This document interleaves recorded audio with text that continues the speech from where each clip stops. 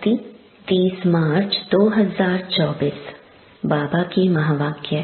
मीठे बच्चे, प्राण दान देने वाला बाप है। वह नॉलेज ऐसी देते हैं जिससे प्राण दान मिल जाता है। ऐसे प्राण दान देने वाले बाप को प्यार से याद करो। प्रश्न: किस आधार पर 21 जन्मों तक तुम्हारे सब भंडारे भरपूर रहते हैं? उत्तर: संगम युग पर तुम बच्चों को जो नॉलेज मिलती है वह सोर्स ऑफ इनकम है। इस पढ़ाई के आधार से सब भंडारे भरपूर हो जाते हैं। इस पढ़ाई से 21 जन्मों की खुशी मिल जाती है। ऐसी कोई चीज नहीं जिसकी प्राप्ति की इच्छा रहे। बाबा नॉलेज का दान ऐसा देते हैं जिससे आत्मा क्या से क्या बन जाती है। ओम शांति। भगवान उवाच: सालिग्राम समझते हैं शिव बाबा हमको पढ़ाने आते हैं। बच्चे जानते हैं वही सृष्टि के आदि मध्य अंत को जानते हैं। बच्चों को अब कोई नई बात नहीं लगती, समझ में आ गया है। मनुष्य तो सब भूले हुए हैं। जिसने पढ़ाया उनके बदले पहले नंबर में पढ़ने वाले का नाम डाल दिया है। तुमको पढ़ते पढ़ते यह बात सिद्ध करनी है। भारत के शास्त्रों की ही बात है और धर्म के शास्त्रों की नहीं। भूल ही भारत के शास्त्रों की है। तुम्हारे सिवाय यह बात और कोई सिद्ध नहीं कर सकता। बच्चे जानते हैं यह अनादि ड्रामा है, फिर भी रिपीट होगा। तुम मनुष्य मात्र को सुधारने का पुरुषार्थ करते हो। मनुष्य जब सुधरते हैं तो दुनिया ही सुधर जाती है। सतयुग है सुधरी हुई नई दुनिया और कलयुग है अनसुधरी हुई पुरानी दुनिया। यह भी तुम बच्चे अच्छी रीति समझते हो और धारण कर समझाने लायक भी बनते हो। इसमें बड़ी रिफाइननेस चाहिए। बाबा तुमको कितना रिफाइन कर समझाते हैं, सुधारते हैं। बाप कहते हैं जब तुम सुधर जाते हो फिर मुझे सुधारने की जरूरत नहीं रहती। तुम अन आर्य बन पड़े थे, अब आर्य अर्थात देवी देवता बनना है। सो तो सतयुग में ही होंगे। वह सब सुधरे हुए थे, अब अनसुधरेले उनकी पूजा करते हैं। यह किसकी बुद्धि में नहीं आता कि हम उनको क्यों सुधरेले कहते हैं। हैं सब मनुष्य जो सुधरेले आर्य थे, वही सब अनसुधरेले बने हैं। आर्य और अनआर्य। बाकी वह जो आर्य समाज है वह मठ पंथ है। यह सब झाड़ से क्लियर समझ सकते हैं। यह है मनुष्य सृष्टि का झाड़। इसकी आयु 5000 वर्ष है। इसका नाम कल्प वृक्ष है, परंतु कल्प वृक्ष अक्षर से मनुष्यों की बुद्धि में झाड़ नहीं आता है। तुमको झाड़ के रूप में समझाया है। वह कह देते कल्प लाखों वर्ष का है, बाप कहते 5000 वर्ष का है। और कोई कितनी आयु सुनाते, कोई कितनी। पूरा समझाने वाला कोई है नहीं। आपस में कितना शास्त्रवाद करते हैं। तुम्हारी तो यह रूह रिहान है। तुम सेमिनार करते हो, इसको रूह रिहान कहा जाता है। प्रश्न उत्तर समझने के लिए भी करते हैं। बाबा जो कुछ तुमको सुनाते हैं उससे ही टॉपिक निकाल तुम सुनाते हो। वो लोग क्या सुनाते हैं यह भी तुम जाकर सुनो। फिर आकर सुनाना चाहिए कि इस प्रकार का वाद विवाद चलता है। पहले तो यह समझाना है कि गीता का भगवान कौन। भगवान बाप को भूलने कारण बिल्कुल चट खाते में आ गए हैं। तुम बच्चों का तो बाप से लव है। तुम बाबा को याद करते हो। बस बाबा ही प्राण दान देने वाला है। नॉलेज का दान ऐसा देते हैं जो क्या से क्या बन जाते हैं। तो बाप पर लव रहना चाहिए। बाबा हमको ऐसी ऐसी नई बातें सुनाते हैं। हम श्री कृष्ण को कितना याद करते हैं, वह कुछ देता ही नहीं। श्री नारायण को याद करते हैं। याद करने से कुछ होता है क्या? हम तो कंगाल के कंगाल ही रह गए। देवताएं कितने सॉल्वेंट थे, अब सभी आर्टिफिशियल चीजें हो गई हैं। जिसका दाम नहीं उनका आज दाम हो गया है। वहाँ अनाज आदि के दाम की बात ही नहीं। सबको अपनी अपनी प्रॉपर्टी आदि है। कोई अप्राप्त वस्तु नहीं जिसकी प्राप्ति की इच्छा रहे।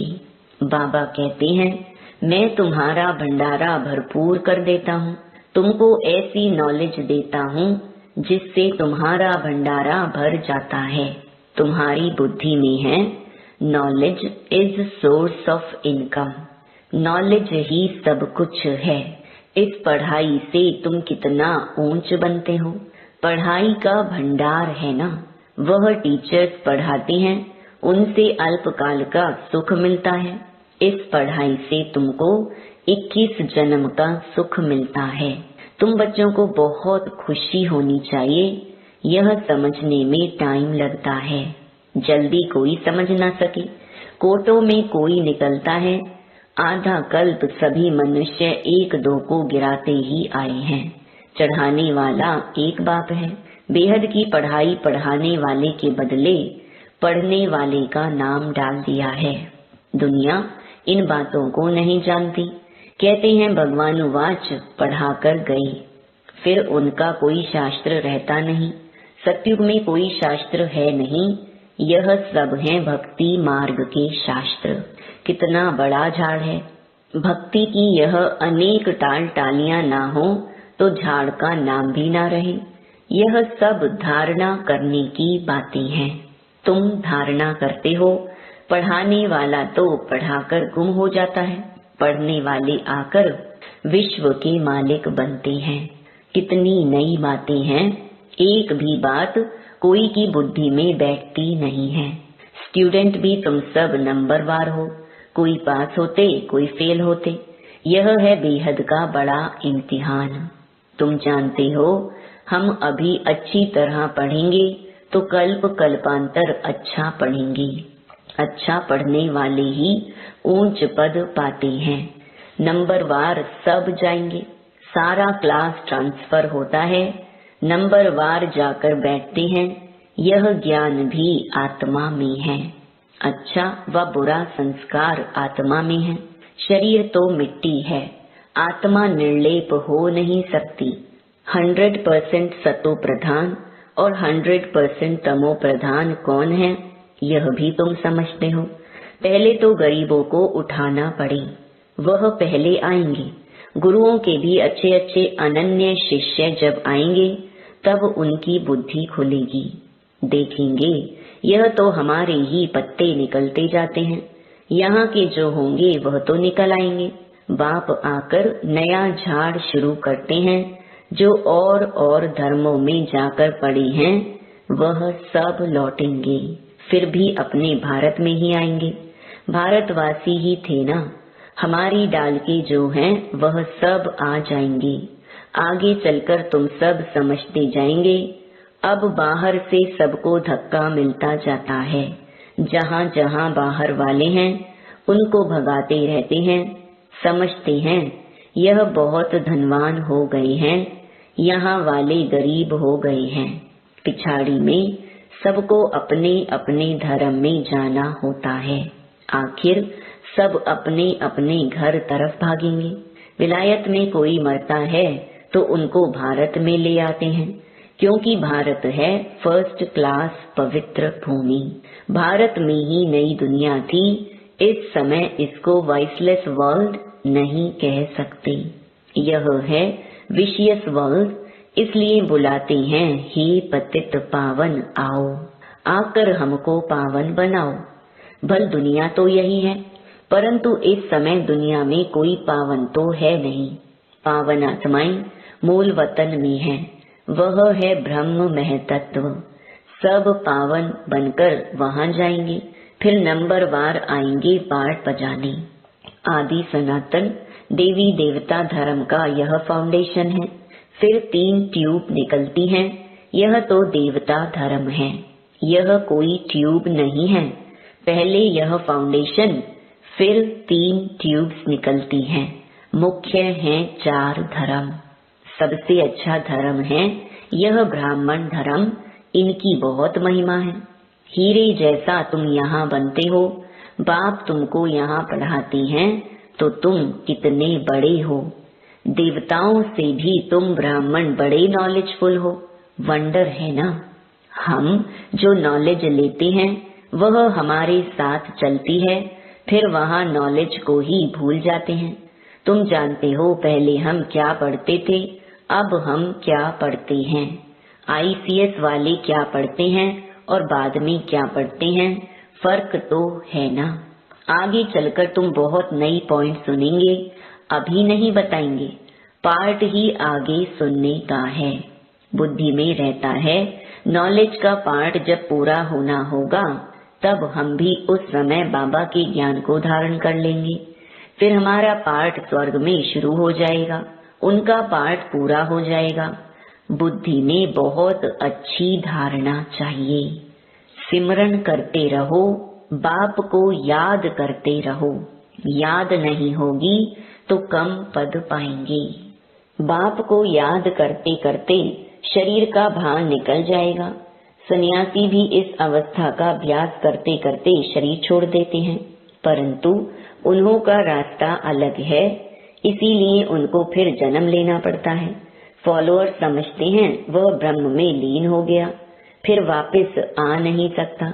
बाप समझाते हैं वापस कोई भी जा नहीं सकते। पिछाड़ी में सब एक्टर्स जब स्टेज पर आएंगे तब फिर घर जाएंगे। वह है हद का विनाशी नाटक, यह है बेहद का अविनाशी नाटक। तुम अच्छी तरह समझा सकते हो।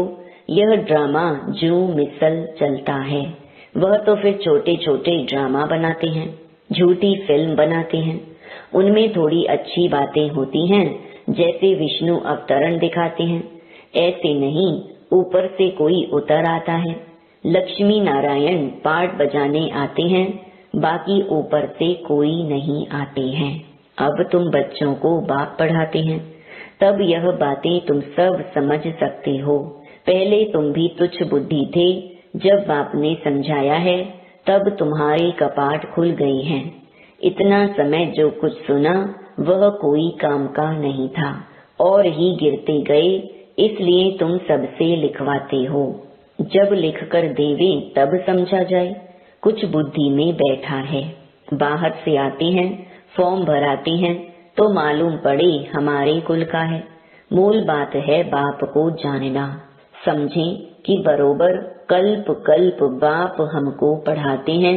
यह पूछना है कब से पवित्र बने हो। जल्दी नहीं सुधरते। घड़ी घड़ी माया पकड़ लेती है, देखती है कच्चा है तो हप कर लेती है। कई महारथियों को भी माया हप कर गई। शास्त्रों में भी मिसाल अभी के हैं।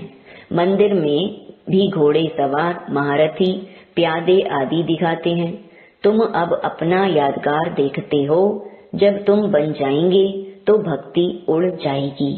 तुम किसको माथा नहीं टेक सकते हो। तुम पूछेंगे यह कहाँ गए, इनकी बायोग्राफी बताओ। बाबा ने तुम बच्चों को नॉलेजफुल बनाया है, तब तुम पूछते हो तो नशा रहना चाहिए। 5 विद ऑनर 8 होते हैं। यह बहुत बड़ा इम्तिहान है। अपने को देखना है, हमारी आत्मा पवित्र बनी है। बैटरी भरेगी तब जब योग होगा। बाप से योग होगा तो सतो प्रधान बनेंगे। तमो प्रधान आत्मा वापिस नहीं जा सकती है। यह भी ड्रामा है।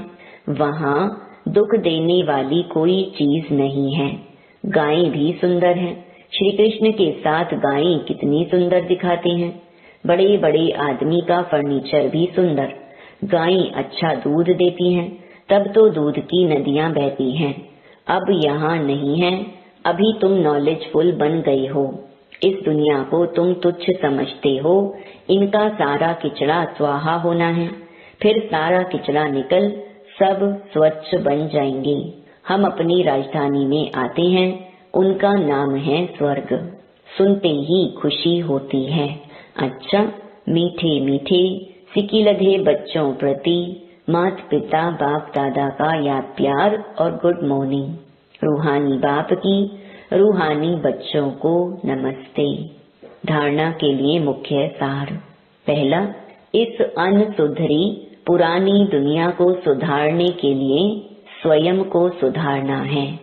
अपनी बुद्धि को बाप की याद से रिफाइन बनाना है। दूसरा, आपस में रूह रिहान करनी है, वाद विवाद नहीं। नॉलेज का दान दे, सर्व का भंडारा भरपूर करना है। वरदान, स्वमान की सीट पर स्थित हो, शक्तियों को ऑर्डर प्रमाण चलाने वाले विशाल बुद्धि भव।